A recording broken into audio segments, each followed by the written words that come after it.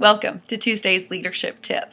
Many of you know that I was a high school teacher for several years, which meant that I had the opportunity to observe young people having conversations. Now, the people I was observing were 16, 17, 18 years old, and they have a tendency to try to one-up each other.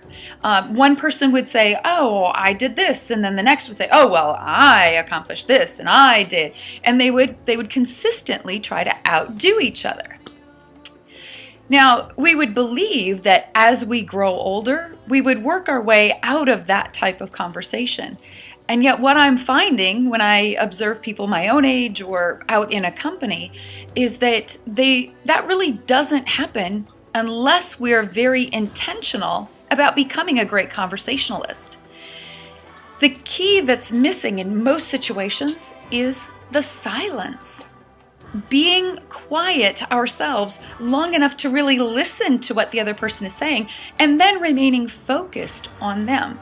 So we are not only listening to what they're saying, but we're listening for what's important.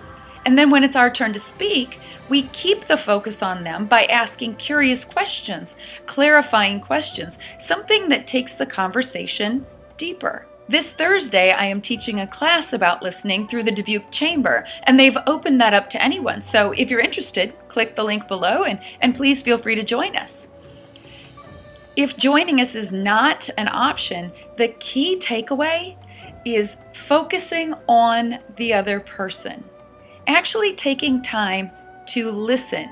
Quit talking about yourself and get curious about them. We have lots of people who think they're good at conversation, and really what we're good at is talking about ourselves around other people. That's a monologue.